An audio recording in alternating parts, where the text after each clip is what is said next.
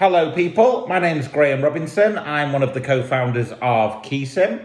We provide multi-network SIM cards to businesses and some consumers in the UK. We're doing really well, growing really quick.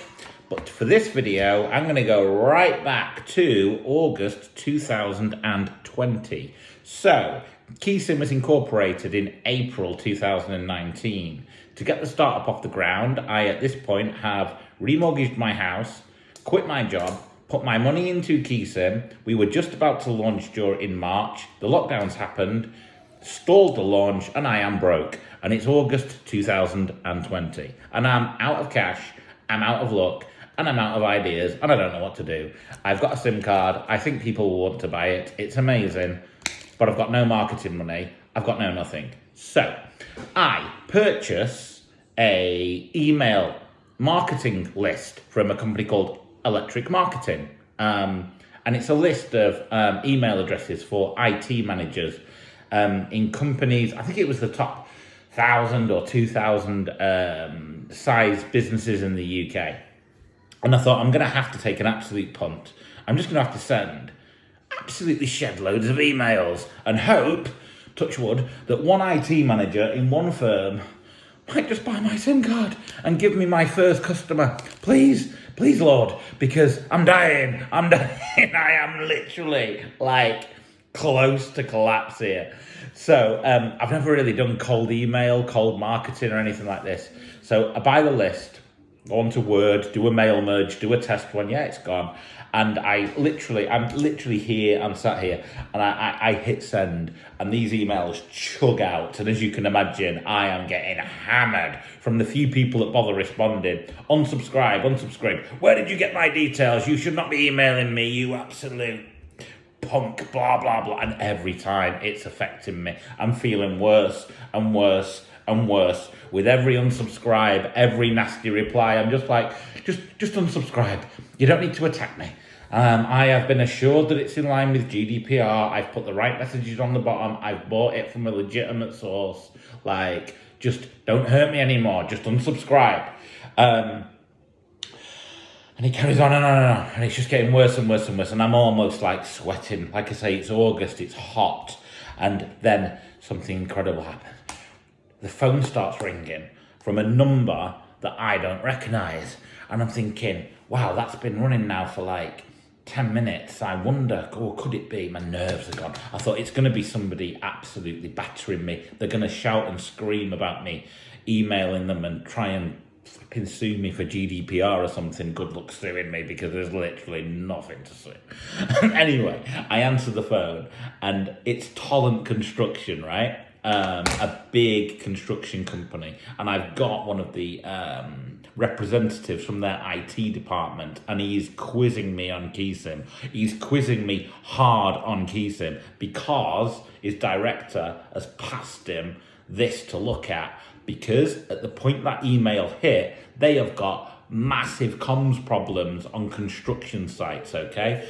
And it isn't just the multi-network SIM card that they need. They are insisting on a private mini network. They want this SIM card to not communicate with the open internet. It has to be a mini private network where they handle the internet breakout, okay? So these SIM cards are not to go over the public internet. They need to handle the breakout, and coincidentally that's exactly what we can do, because when I've built KeySIM, I have integrated a Tele2 backbone, which is how we get access to all the networks, into UK data centers, so we can do these clever things, right? So it's perfect.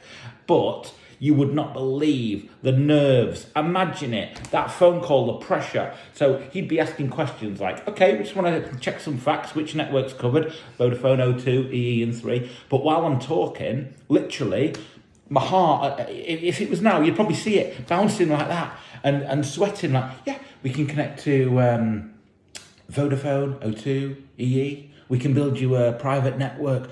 But on the inside, oh, my head has gone. I'm pacing up and down, right?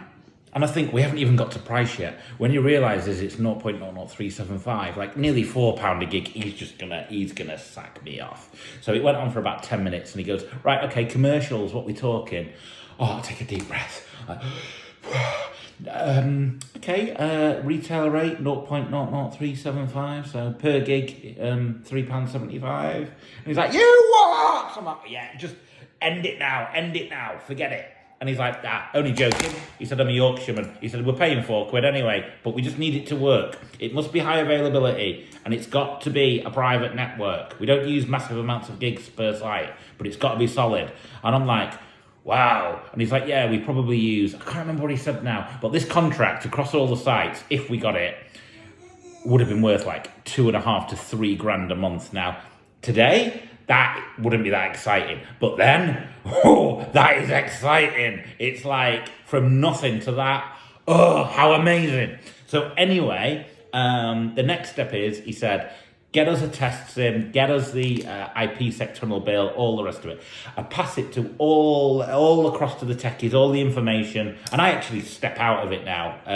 Them lot all talk together, do the evaluations, and I'm not involved really. Anyway, they come back with feedback after the first one, and they were like, that is amazing. And I'm thinking, all right, so this is like in September. I'm like, right, I can't remember how many sites it was now. Do you want me to send you the other 100? Yeah, just hold off for now. The other ones aren't performing too bad at the minute, so we'll just do it gradually. And I'm like, oh, don't do it gradually, folks. Do it now. Rush it. But businesses don't work like that. Until they've got a problem, they are not going to break the back to swap out SIM cards on all the sites. So I was a little bit disappointed, but also encouraged that we've got our first bite.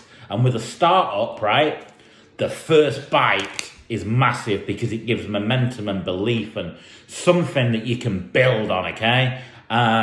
Which is exactly what happened. So, it then goes quite quiet. We roll out, I think, 2 or 3 more. And then I'll never forget, early January, so it would be January 2021, we get an email. Graham, we have had major problems. As soon as I see the word major problems, I'm like, major problems with our SIM. And they're like, with the other SIM cards over Christmas and New Year. And now, as a matter of urgency, we are swapping everything to KeySIM because the sites where we had problems, do you remember them spare SIMs you sent us? We took yours and they worked flawlessly on the problem sites that allegedly couldn't be connected properly by this other provider. In this game, there's some people who know how to talk but don't know how to deliver. Anyway, so they swapped the whole lot out and we got the contract, and it was worth even more than like what I think they were anticipating. Because they worked so well, they used more data and more SIMs, and it was like 3,000 more per month, okay? Amazing. And basically, that contract, was the catalyst for everything that followed. There's between 400 and 500 customers now, so it's not as exciting when you get that first customer, but this one was absolutely incredible. But there's a sting in the tail. So it was still a major customer right the way through until this happened.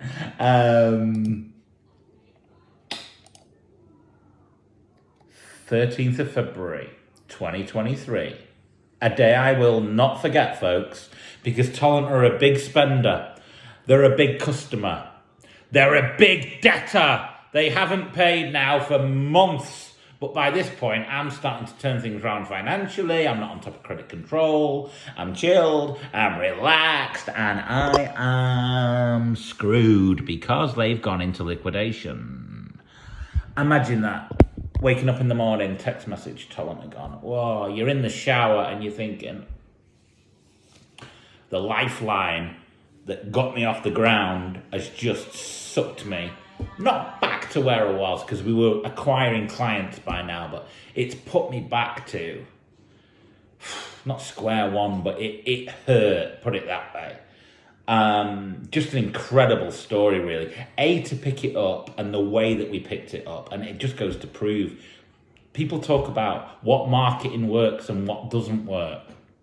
The truth is, my friends, anything works if you dangle a fix to a problem in front of the right person. They don't care how it's dangled. You could send a message on a carrier pigeon.